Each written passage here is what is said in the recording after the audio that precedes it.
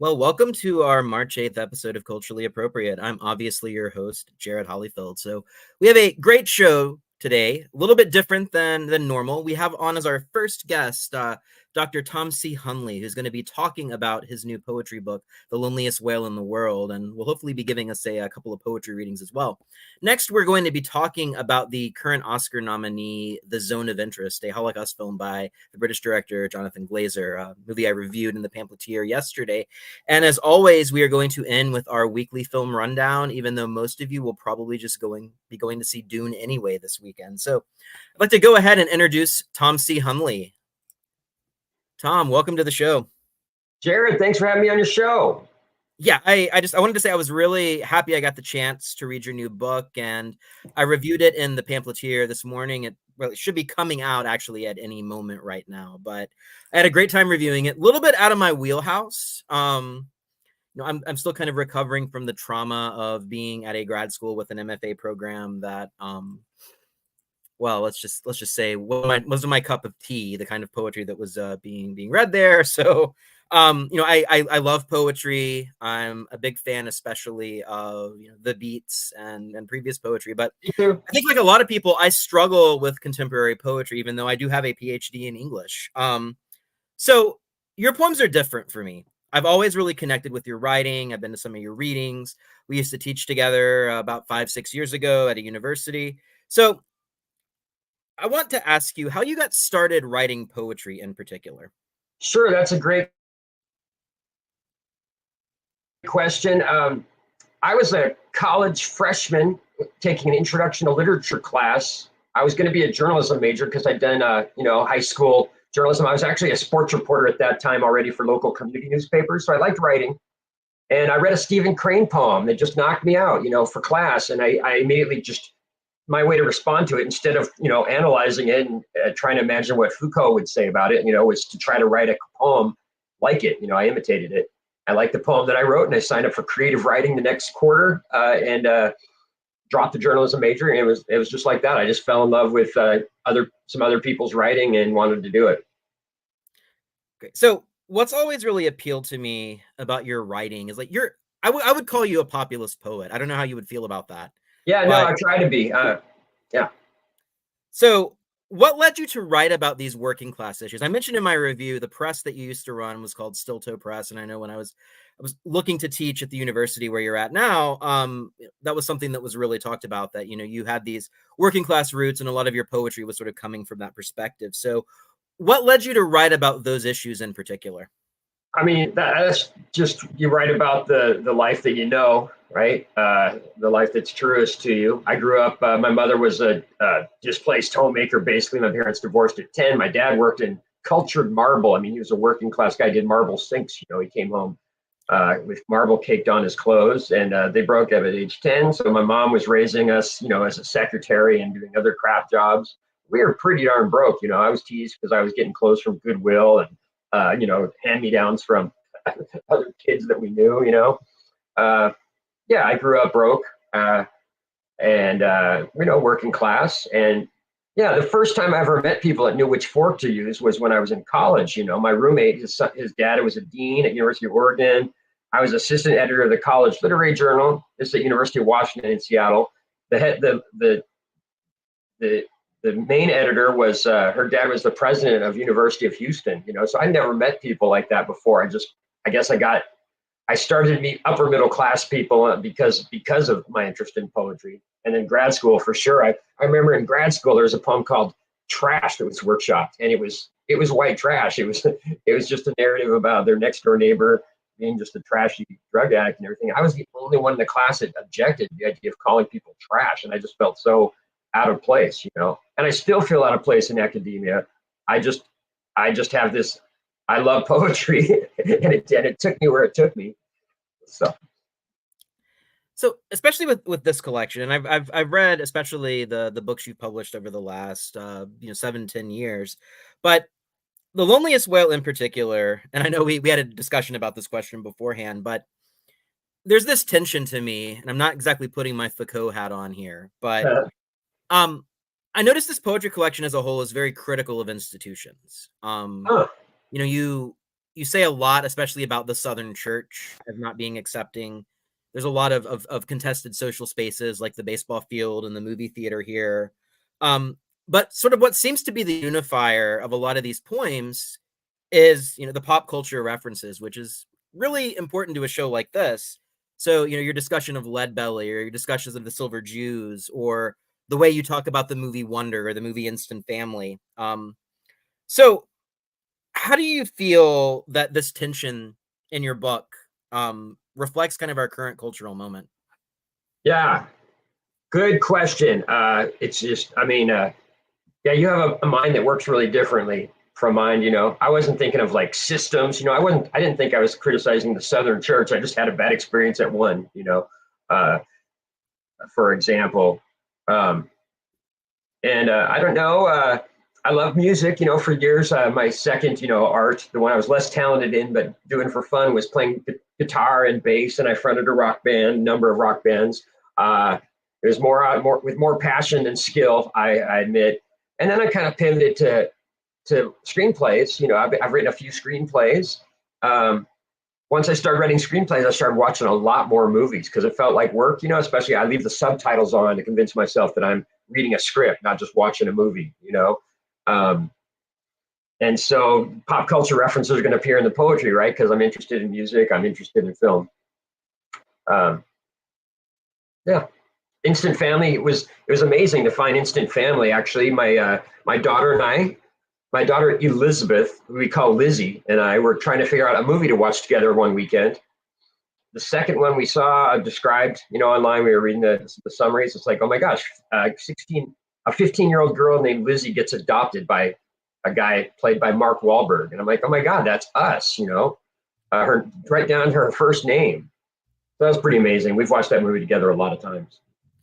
Yeah, I mean, I feel like in some ways this is kind of a leap and not on the questions that I sent you for the show prep, but I feel like you and Mark Wahlberg have a lot in common, sort of in the way that Mark Wahlberg's kind of done this thing recently too, where he was this always kind of this working class guy in Boston, and now that he's sort of at this point in his career where he's in his 50s, he's really doing what he wants. If he wants to make a movie where he plays a Catholic priest and Mel Gibson is his dad, he does it.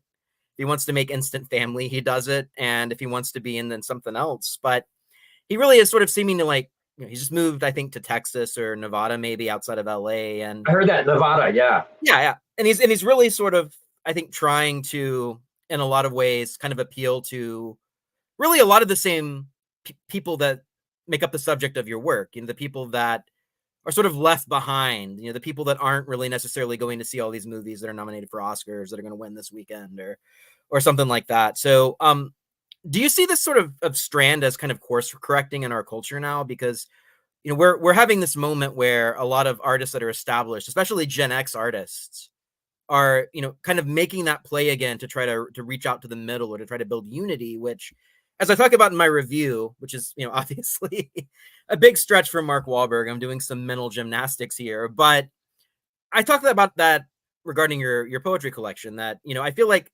this is a very unifying poetry collection. You're not, even whenever you're being critical of people, you're also being very generous. I think about the poem where you're talking about going to see the movie Wonder, which is about accepting people with special needs. And this guy is kind of being an asshole to your son, but, you're not angry and flogging him and demonizing him. You're sort of trying to empathize with him. So Yeah, are you seeing these strands in culture? I just want to say about that poem, and you also mentioned the one where something similar happens. My son has a meltdown at a baseball game, and if somebody gets in our face, people see autistic meltdowns and they think they're seeing tantrums. I understand, some people are not used to it. I just want to tell you that I took those two poems, I combined them, I wrote a screenplay based on those two poems, and I've applied for a grant, and that'll be my second short film if I can. I think there's a decent, it's one of these internal grants at WKU, and I think spent a lot of time on the grant. I think I got a decent shot. So hopefully next summer I'm making a movie that's an adaptation of those two poems. And that's not something you hear about a lot either. Like, poems are not really part of the adaptation. I mean, maybe the Charge of the Light Brigade, maybe, or Beowulf, but you don't really see that happen a lot, which is, I think pretty cool. They were narrative poems. They were very visual. My first short film, is an adaptation by a novel by Clint Margrave, who, well, he's a kind of cultural dissenter. I mean, to kind of bring it back to your question, he's written for Quillette before, and been people have wanted to cancel him. Just never mind the content. He wrote for that publication, and he's the kind of guy that doesn't care. He's not. He would not call himself conservative by any means, but he's not one of these like rigidly leftist people that is going to cancel you if you disagree with one thing. So I'm drawn to people like that. I'm drawn to free thinkers. I mean, I'm drawn to actual critical thinking, which I don't think is taught in college so much. They teach you to hate your own country, to be critical towards cultural givens, or I guess, or the cultural givens of the 50s. But that's not real critical thinking. It's just memorizing the professor's worldview. And I think we should be critical about every single idea, every single action, and really just try against all hope to retain our independence of thinking. Right? I mean, we've got billboards. We've got algorithms that teach us, that tell us what to think or try to. Right? I was just. I was shopping for shoes, and all of a sudden all my ads were for shoes, and I felt like I was sort of manipulated. I bought a nice pair of yellow shoes, but I mean, was that my idea? It's really hard to hang on to. I think it takes art, at least for me, to try to like find myself and retain myself and not turn into a robot, Anyway, that's a little bit of a rant, but I just feel like a lot of people in academia are more than happy to be turned into robots, as long as they're robots that are different from the robots that existed in the 50s that they're trying not to be. Yeah, which actually, I'm gonna jump ahead a little bit, but I mean, this is something I've talked about with a lot of my guests. And I mean, I've had, last week I had on Colin Wright, who's an evolutionary biologist who was just sort of asking questions related to his field and ended up basically being blackballed by academia and now works for the Manhattan Institute. And we've had other academics on as well over the past, just sort of talking about what this space is like now. So how do you feel about the current state of academia, and how has that influenced your own writing? Okay. Well, I think academia has been assaulted from two fronts, or maybe one front, with the two different faces. Administrators have completely taken over. There are multi-layers of administrators. There are associate deans and associate provosts and so on, sitting in corner offices thinking of busy work for professors in order to justify their own jobs. 5-year strategic plans that are just gobbledygook that everybody else has to pretend is something real. Tuition is completely driven up by this. These are middle managers that have taken over, and on the other side, there's DEI, but it's not on the other side because it's just another layer of middle management. It's just middle bureaucratic people that like to control other people, whether they're pretending to be leftists or whether they're acknowledging that they're just corporate types. In both cases, there's a book called The Fall of the Faculty, you probably know, Benjamin Ginsberg, all about how professors were so busy with our classes and our intellectual pursuits that we sort of let these middle manager types take over. I just got done teaching a novel called Stoner. Do you know it? A 1965 novel, John Williams. There's a whole section in it about how universities are a refuge for the dispossessed of the earth, and we have to keep the world out. And I would say that was 1965, and I would say what he was calling the world has taken over. The university is not the university anymore. And I think poets, artists, a few years from now, we're already starting to exit. I mean, I'm here until I retire for a variety of reasons. But I think a generation from now, poetry won't be so academic. I mean, I would say a majority of the more influential poets 20 years from now will be outside of the university, just because it's not as good of a home. Salaries, have not kept up, and just as an atmosphere and escape from everything wrong with the world, it's not that anymore. Yeah, I mean, I think that was what was so shocking to me about academia when I got my first tenure track job, is I was like, wow, I'm going to have this nice cush life with the life of the mind, and you're making less than like a manager of a McDonald's or a Crystal, and in a lot of ways don't have that work-life balance, which I think is pushing a lot of people out. But another problem that I'm seeing, and I also mentioned this in the review a little bit, and I know we've had discussions of like Insta poets like Rupi Kaur. Yeah. We have that version of poetry that I think is just horrible. I think I would say that.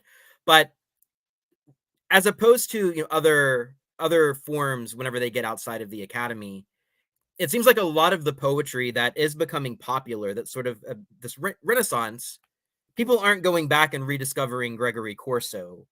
People are sort of reading the equivalent of like something that you would find on wall art at a Kirkland's. That's kind of like a substitute for religion at the same time as it's a substitute for this sort of feel good therapeutic world that we live in. So, I mean, do you see a danger of poetry getting out of the academy? I know, is it sort of a out of the frying pan into the fire kind of situation? Because I mean, there's a lot of poetry in academia. I've just been to some readings and just rolled my eyes and wanted to cringe Yeah. and suppress laughter. But then when I see this stuff on Instagram or TikTok, I'm just like, do we even have a culture anymore, man? Right? So what do you think about like that other unintended consequences of a lot of poets and people in your profession jumping ship? Oh, I just think there'll be actually more freedom of thought and expression, more indie journals and so on. I mean, it's paradoxical because we think of tenure protecting free inquiry and free speech and whatnot. I don't think it really functions that way anymore. Tenure means less than it did. Student evals mean more than they did. You, you, there's a lot less incentive, to be honest, about student work. Because they're the customer now. You don't want to upset the customer. That's how the management looks at it. And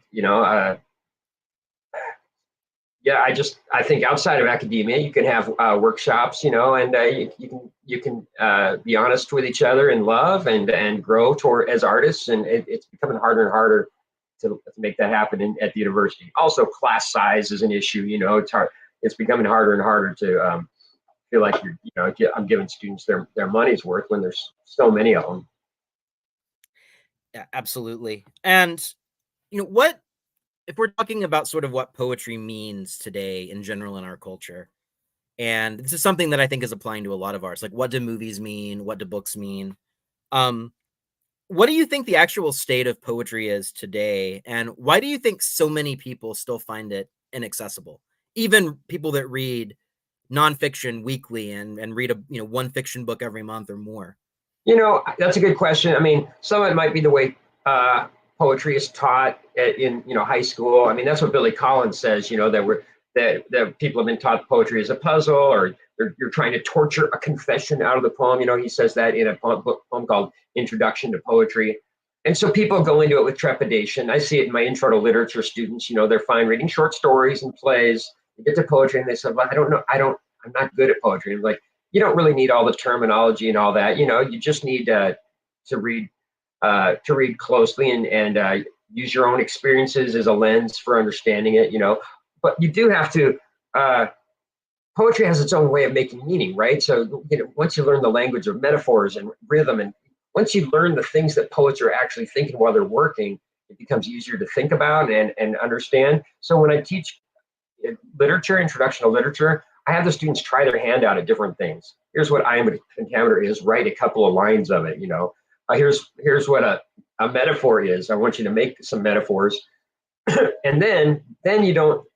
Even literature professors, a lot of times, they don't understand how poets are writing, so they send their students off in wild search of meaning, thinking in a whole different way from how the poet thinks, right? So I guess my short answer, which I wish I'd given, instead of rambling, was I think if people try their hand at writing poetry and are guided through the process, they'll become better readers of poetry because they'll understand more the way that poets think. Yeah. And so that brings me to something that you really brought up earlier as well, which is kind of the Foucauldian reading. Something that I've noticed kind of, being trained as an academic, loving art, going down the academic rabbit hole, and then kind of being in some situations where I'm able to actually be a practitioner again. I'm able to work for an organization like the Pamphleteer. I've noticed there's this massive disconnect between pure academics who honestly, a lot of the times don't have a clue what the hell is going on in terms of creation, in terms of the industry, even publishing. I mean, if you ask most English professors that are, caught up in writing books about these esoteric concepts from, sh- sugar receipts during the plantation era in the American South or something like that. Um, they don't really have a clue about how the industry works, how writing works, how film works in so many ways. How do you see us correcting that problem in academia, where there is this sort of disconnect between what the creative writers do, which is really, in terms of an English degree now, the only growing field, right? I mean, that idea of like the literature professor who applies Derrida and Foucault and Judith Butler is kind of dying out a little bit.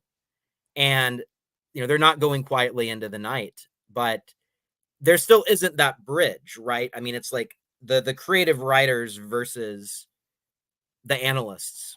Yeah, to be fair, I don't entirely understand what they do either. I just used Foucault as a whipping boy a minute ago, but I probably wouldn't pass a test, on Foucault or be able to tell him from Butler necessarily.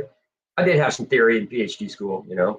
I don't know. I teach a class called Reading as a Writer at WKU, and for years I had to argue with the curriculum committee, about that we should have such a class. They got rid of one of the surveys, one of the literature surveys, and the reason was, and what I said is, I remember sitting in on a literature class. Half the people in the class were creative writing students. They were in my capstone class at the time.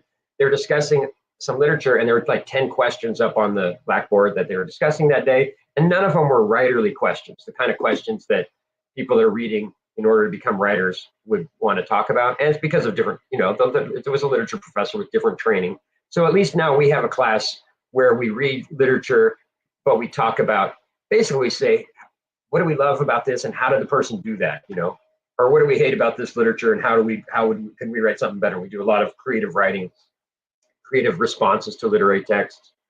But yeah, the way that most writers read, I think, is very different than the way most literature professors read. And you're right, there's a gap there to be bridged. Yeah, and I mean, I wish it was, because I feel like that level of literary training can help someone's creative practice, but it's just not the way it's used. I mean, it's sort of pitted against each other, and I guess maybe. Yeah, I could recommend a book though. There's a book that really opened my eyes to how theory could be used to help with creative writers. It was called Responding to Student Poems by a man named Patrick Bizzarro. He had a chapter on, he had a chapter on Marxist criticism, one on feminist criticism, one on reader response theory that I really liked. And all of these were ways to use these theories to critique student writing. And it was really fascinating. And he said, we're in the people on the other side of the hall have all these new theories, but creative writers are mostly using the new criticism to critique poems, basically without even necessarily knowing it. And he said he showed how all these other theories could be used to critique. And the light went on for me that those theories could actually be useful as ways to read anything, because the way I was taught them, it was more ways to read into things, ways to bring your own political perceptions or to bring sociology and philosophy in. And like the critic was supposed to be more important than the writer, I felt, in the theory classes I took. And it was more about imposing the theorist's ideas onto texts. I remember going to a panel on Thomas Hardy because I was curious about what people thought about Tess of the D'Urbervilles. And this person just talked about Derrida and Sisu and some others. And at the end, somebody raised their hand and said, well, what did you think of Tess of the D'Urbervilles? And the panelist said, I haven't decided my position on Hardy yet. Hardy didn't write so you would have a position.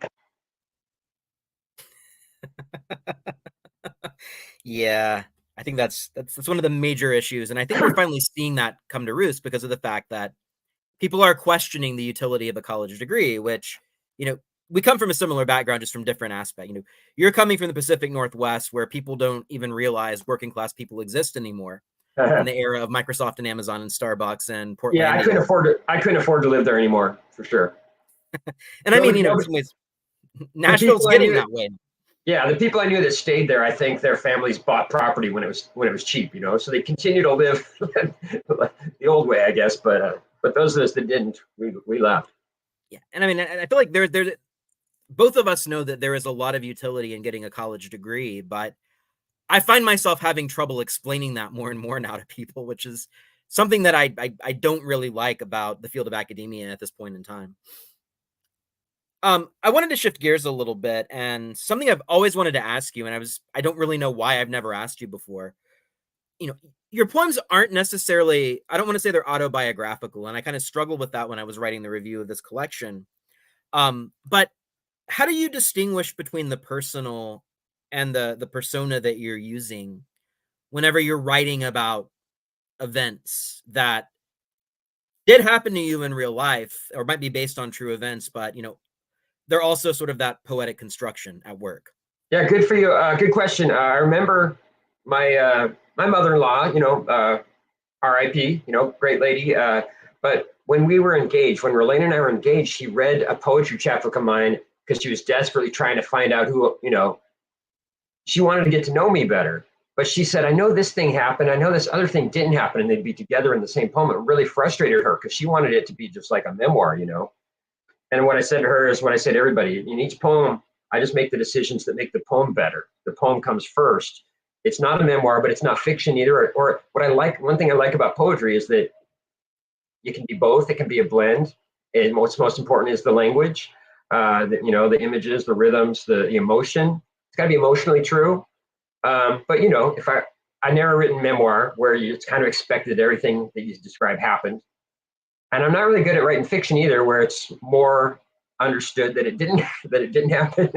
So I like poetry, how it can be a real blend between what didn't happen and what did happen, but most importantly, how it felt, how it feels. Yeah, and speaking of the genre that you're working in, I know that your film that you mentioned earlier is going to be having its regional premiere at the Southern Oasis Film Festival, which is sponsored Yeah, by the that's the Pamphleteer, and that's happening in a couple of weeks. festival But I premiere, wanted first one.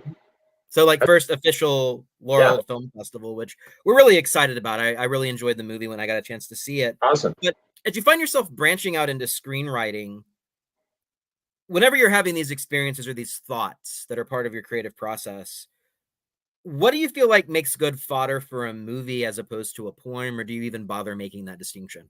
No, I think I do. I mean, with a movie, you only have two senses to work with. You're working with three of your senses tied behind your back, right? I mean, so if things are visual and if there's a lot of sound, I like the challenge of that. Poetry, fiction, those are omnisensual. You can work in all the senses.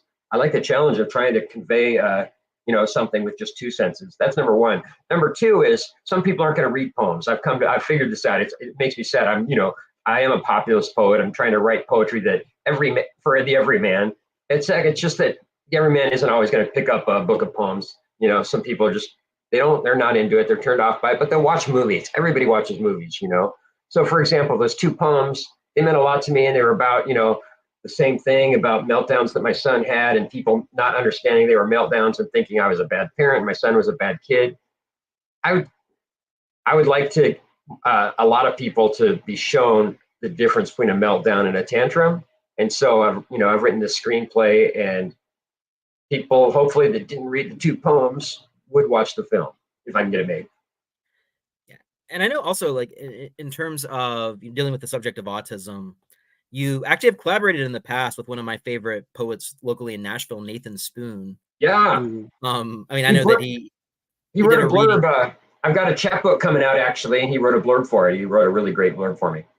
Yeah, and I mean, we had him at WKU, and I was there for a reading, which I thought was I thought it was an amazing reading. Yeah, And I great. was so glad that the students had the opportunity for that. So, I mean, that seems like that's maybe not something people think a lot about whenever they think about stereotypes of poetry, but there are a lot of these collaborations going on. There are a lot of people that are using the form in these more populist ways, and I think you two are both great examples of that, for sure. So, I know this is a kind of a cliched question, but what's the process like for you? You're writing these poems, which are kind of standalone works in the similar way as the song is, but you're also, I guess, thinking about how these collections go together thematically. So, what is that process like for you? Where do you get your ideas outside of some of these things that we've already talked about? Yeah. Um, it's really a more experimental process than you might think, because people don't. Nathan Spoon is considered a language poet or an experimental poet. His works are, they're just in that tradition. Uh, I'm known for being a very accessible in my poems and clear narrative a lot of times, but my poems start out as just experiments with language. I try not to have a subject matter when I start out. I try to just have some language that I follow. It's just that my impulse is to keep revising until I try to, and I encourage my students to do this, revise towards clarity while keeping it strange if possible. You know, you asked me why I have all these poems in the voices of paper, rock, scissors, Mhm. and it's because I want to write about the same subjects maybe that I write about in other ways or that everybody writes about, but from a different angle. I think poetry is largely about style, saying things in new ways, different ways. It's all about saying things in memorable ways. You know, if you say, instead of trying to say something super profound, it's more like you try to say something true, but simple, but say it in a way that's memorable and unusual. So that's what I'm looking at. That's what I'm looking to do. Well, I know maybe in the COVID era, Zoom poetry readings might have gotten a little bit more clout, but would you like to share a couple of the Yeah, poems from the collection with us?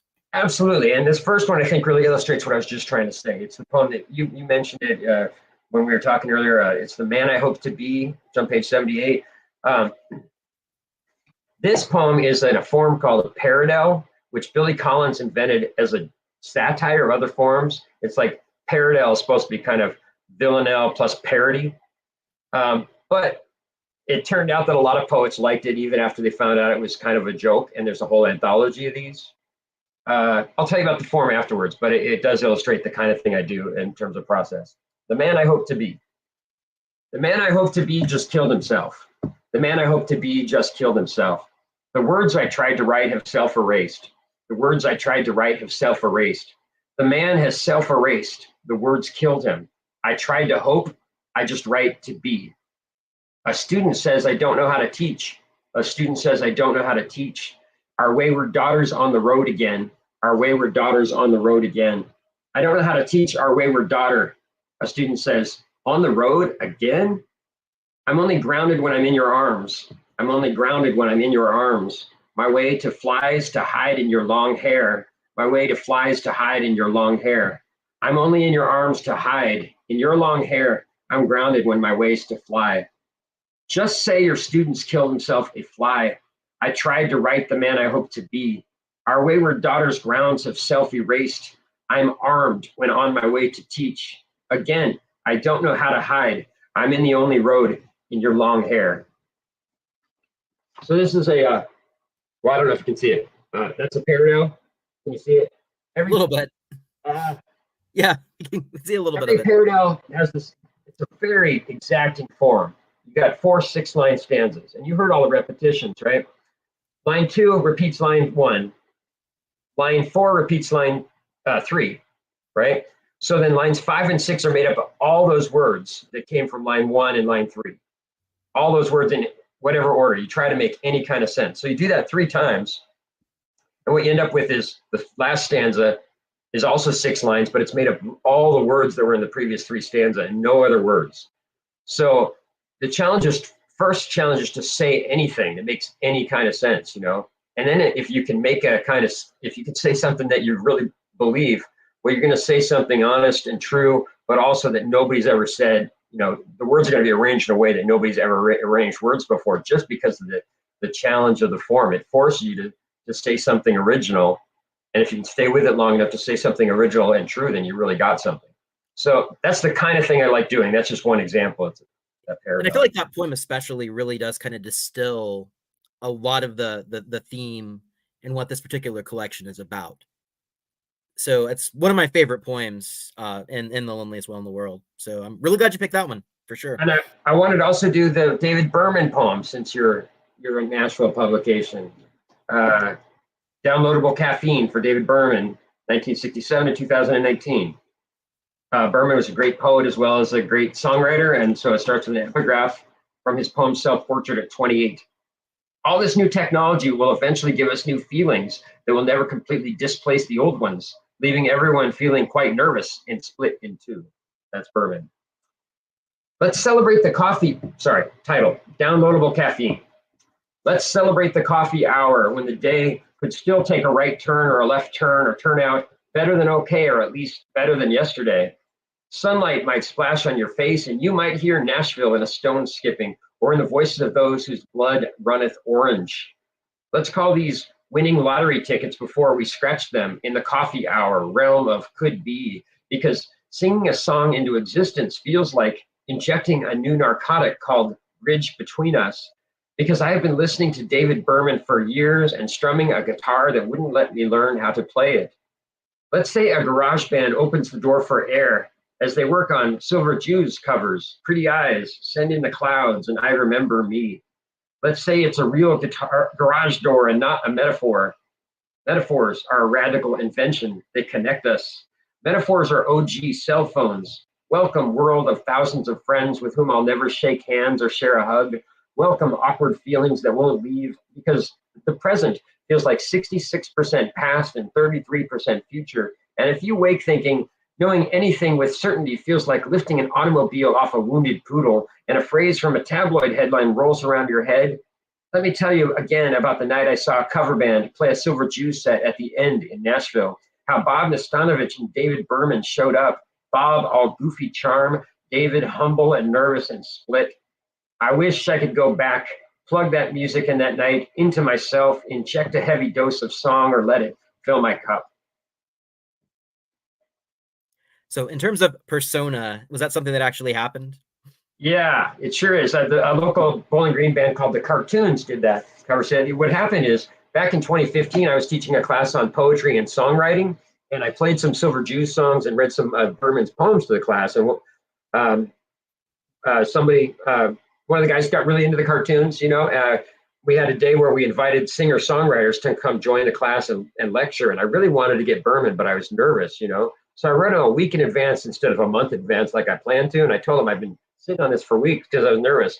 He wrote back a couple days after the event and said, I probably would have done it if you got to me earlier, and I just don't want to be the person that helps you talk yourself out of things. So, it was really sweet, Anyway, the student in his band called the Cartoons, they eventually, the student got to know Berman too through email, and then let him know that they were going to be doing a set at the end of Silver Jew songs, and yeah, they showed up. It was great. There were 50 people in the house, and I got to know Berman really well. As well as you get to know somebody in an evening.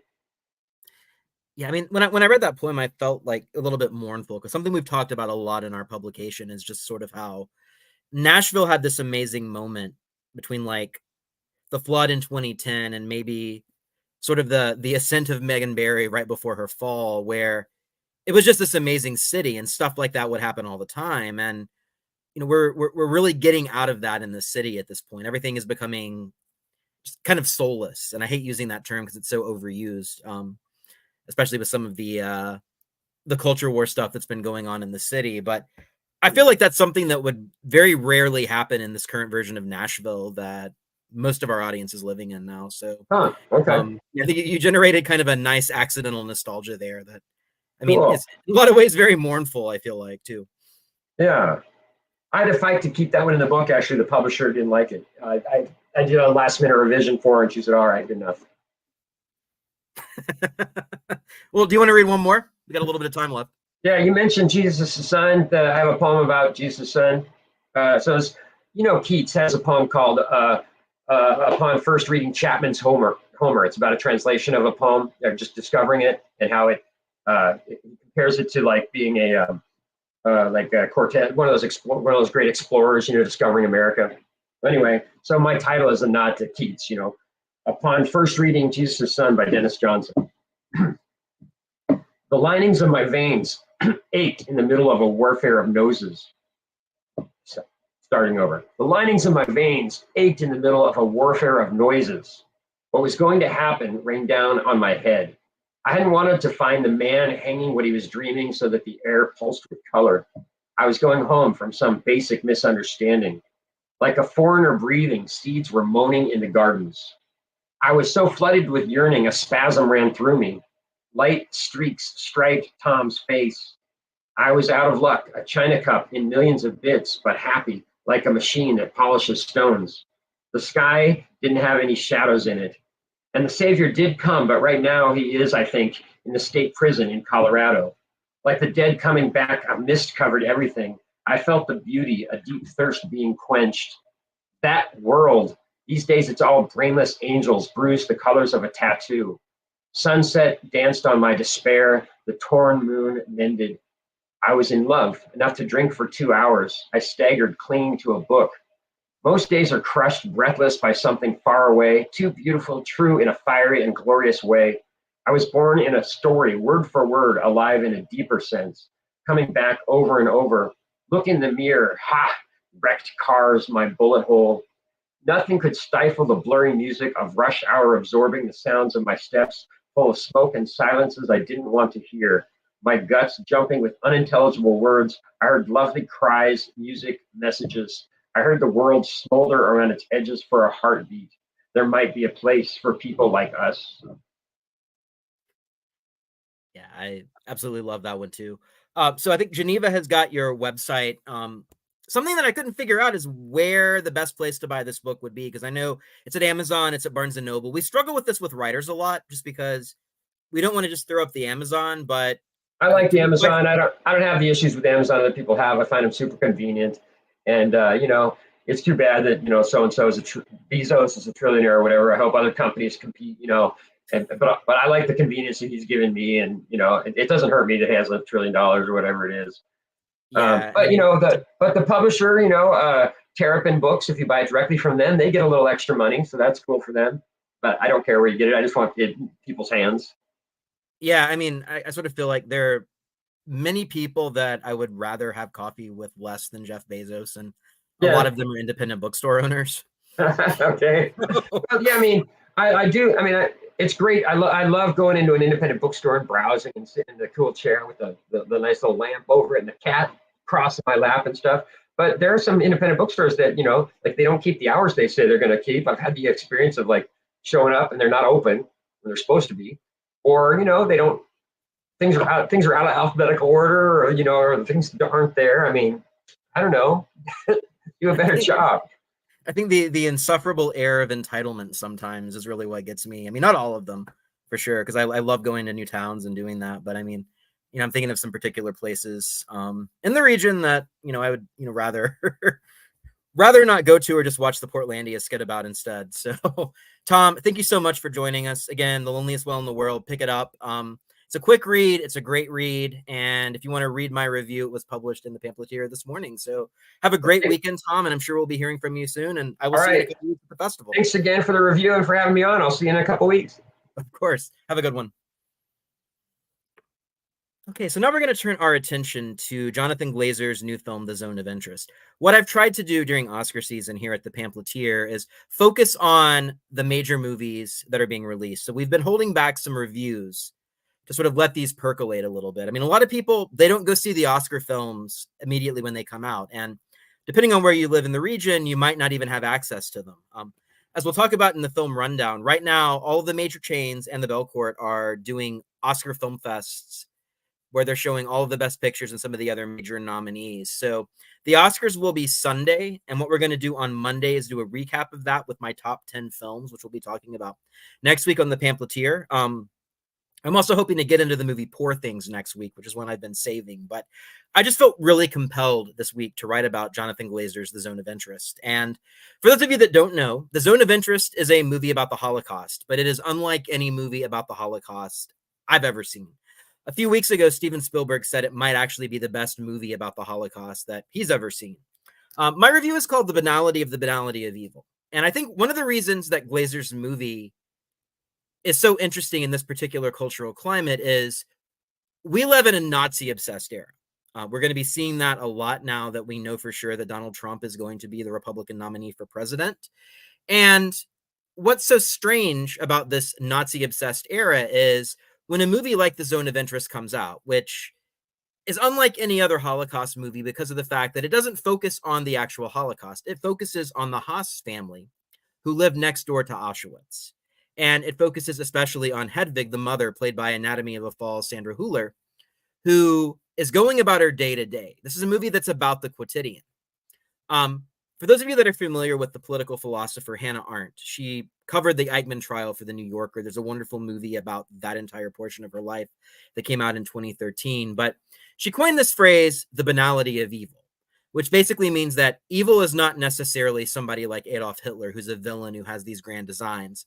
It's the people like the Hosses in this movie that get up every morning, long for promotion, kiss their kids goodbye as the wife tends to the sunflowers that are fertilized with the ashes of the people next door at Auschwitz and go and decimate and mass murder a group of people. That's the banality of evil. The people that just think they're going along with the process. And if you do a search on Google for the zone of interest and the banality of evil, you'll see that the majority of critics actually use the phrase the banality of evil to the point where that's become banal. And in a lot of ways, that's a problem, because if we're talking about Nazism and fascism and the current applications to our society, you can't really have both. We can't have the banality of evil embodying Nazism and fascism and Donald Trump embodying Nazism and fascism. It just doesn't work. So one of the reasons that I feel like Jonathan Glazer's movie really cuts to the core and is a vitally important work of art is the way that it implicates. Very much like Anatomy of a Fall, which it shares its star with, or May December by Todd Haynes, or Eli Roth's Thanksgiving. This movie implicates its audience. It makes sure that it knows that its audience is culpable for these kinds of heinous actions. It makes sure that it knows that they're not beyond reproach. And that's what makes it such a fantastic movie. So this is not a movie that you're going to enjoy. It's a movie you have to experience. And it's a very nuanced movie. If you've seen the film Under the Skin with Scarlett Johansson, that's probably Glazer's most known work, even though he started out as a music video director and made a couple of other films like Sexy Beast, the gangster movie starring Ben Kingsley, or Birth starring Nicole Kidman. All of his movies are very heady. They're very intellectual. I would say The Zone of Interest is probably his most accessible film, but that doesn't mean that it should be diminished in any possible way. Glazer's a perfectionist. Over the course of the last 20 years, he's only made 4 films. So if you've not had a chance to see The Zone of Interest, it is playing at most multiplexes, at least for one showtime this weekend. It's also available to stream online. So please give it your time. In this age of streaming where everything is kind of disposable, there's definitely a movie that isn't. So Zone of Interest, go see it. And that brings us to our weekly film rundown, where most of us are still going to be having that Dune hangover. I've not seen Dune 2 yet. My editor, Davis, says that it's fantastic. I was waiting to get in at the IMAX. So we don't have a lot of new releases this week in terms of movies that are as anticipated as Dune, but there's a lot to offer. So my pick of the week, and I use that very reticently, is a new movie by Blumhouse called Imaginary. And it's about not necessarily a killer teddy bear, but a young girl who moves into a house. She finds a teddy bear in the basement. That teddy bear might be a conduit to a bunch of demonic imaginary friends who were left behind. I think the trailer looks really creepy. It's got a great use of the song Just My Imagination, but the director is a little spotty. He made the movies most recently Truth or Dare and Fantasy Island, which were both kind of tepid horror films, kind of some of the most milquetoast ones that I've seen over the past few years. So I don't know that this movie is going to be good. Blumhouse hasn't really been hitting its marks lately, if you saw the movie Night Swim from earlier this year, but it's an early March movie. It seems like it might be a nice night out at the multiplex, so might as well be worth a shot. We also have, for the families out there, Kung Fu Panda 4, which Kung Fu Panda is kind of that utilitarian animated franchise that just keeps going. Every single entry in the series has gotten fresh reviews. It's funny. It's cute. It's one of Jack Black's kind of trademark characters at this point is Po the Panda. And in this one, Po is training a young protege and also fighting against a shape-shifting monster that brings out all of his inner anxieties. Reviews have been really good. I'm not caught up on this franchise, so I'd have a lot of legwork to do before I go see it, but it's a great family outing this weekend for those who have kids that are too young to see Dune, but I would also recommend that one. The other big release this week is Angel Studios' Cabrini, and this is another one that I have some mixed feelings about. It's about Cabrini, the nun who comes to New York City during the time of Scorsese's Gangs of New York and faces off against a mayor who hates the poor and immigration. It's by the director of Sound of Freedom, which is really what gives me some pause with this movie. That was a movie that I thought was just objectively terrible. And I'm not so sure that this one is going to be much better, but it is kind of an epic movie. There's been a lot of buzz about this film. We've got John Lithgow in it, and you can't really go wrong with John Lithgow, but based on my viewing of Sound of Freedom, based on what I've written about Sound of Freedom, I'm just not so sure that this one's going to be good. I will probably see it out of curiosity, but I know that there are a lot of people excited about this. There's sort of a groundswell of support. This is the latest release by controversial studio Angel Studios, who made Sound of Freedom. And we have a lot of people in the Hollywood industry sort of imitating Angel Studios advertising methods where they have pay it forward tickets and try to make every movie a movement, for better or worse. So Angel Studios has made some really interesting and great projects like The Shift, whose director and producer we had on, but they've also made Sound of Freedom. So, I mean, some of you might have liked that movie. I personally didn't. So that's probably going to be your best barometer of whether or not you want to see Cabrini. If you thought Sound of Freedom was the best thing ever, you're probably going to love it. If you didn't, I always root for directors. If I don't like one of their movies, I always hope that the next one is a little bit different. So I'm hoping that's the case with this one. It's expected to do very well at the box office regardless, though. So those are our major releases coming out. Because of Dune, we don't really have a lot of smaller releases, but the Belcourt has started a couple new series that I want to mention. They have this amazing new international film passport that's coming out. So they're going to be showing some recent releases made internationally by directors that might be overlooked because these movies didn't get nominated for Oscars or they don't have the same clout or the same reputation. So two of those are coming out this week. And the first one, as you see, is the movie Totem. It's about a 7-year-old in Mexico who is awaiting her birthday later in the afternoon and realizes that, she might actually be a part of some of the adult world and its problems. So I'm hoping to get to see this movie this weekend. It's not playing very long, which is kind of one of the unfortunate things about this series, but these are movies that probably otherwise wouldn't be shown, and might just kind of make their way to services like Mubi eventually. The other movie, which I really do want to see and probably is my pick of the week, is Inside the Yellow Cocoon Shell, which is a Vietnamese movie that caused a big stir at the Cannes Film Festival and was singled out by the film journal Cahiers du Cinema. And it's about a Vietnamese man whose sister dies, and he ends up taking charge of his nephew and kind of goes on this existential journey that's also a physical journey of self-discovery and sort of figuring out the world. Looks really intriguing to me. I wish it was playing during some other times, besides just this weekend, because I feel like this is a movie that could grab a major audience. Something else that I'm really looking forward to this weekend, brought to the Belcourt, they're doing a really awesome series of trilogies. So they're going to have Azu's trilogy, the Japanese filmmaker. They're going to have a rescreening of the Dark Knight trilogy. They've got some other things planned as well. You can sort of see them down here. Fassbender's BRD trilogy, which is amazing. We'll be talking about closer to that time. But this weekend on Sunday, they're going to be showing Richard Linklater's Before Sunrise, Before Sunset, and Before Midnight. And for those of you that don't know, Before Sunrise was an early 90s indie movie about Celine and Jesse. Jesse played by Ethan Hawke, Celine played by Julie Delpy. And they meet on a train in Europe while they're both kind of in their 20s, and they have this one night together, sunset to sunrise. And it's like really about, do they love each other, young love.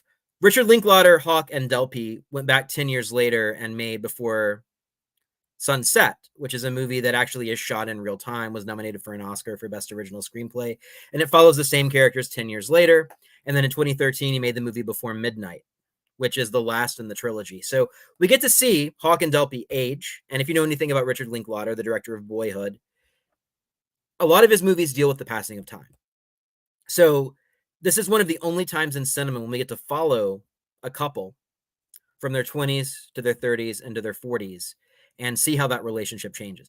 It's an amazing set of movies. I actually just bought these during the Criterion Collection flash sale because there's a really nice edition of all three of them.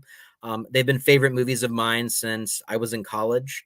And I'm so glad the Belcourt is able to show them this week in the sort of restored version. So if you've not seen these, I don't know of a better way to spend a Sunday afternoon than watching all three of them. So with that, that's the end of our weekly film rundown and the end of our show. It's been kind of an all over the place afternoon here at the Pamphleteers Culturally Appropriate. We got some poetry, we got some movies. Film Festival will be coming up in the next couple of weeks, the Southern Oasis Film Festival that I'm running with the support of the Pamphleteer over in Sevier County.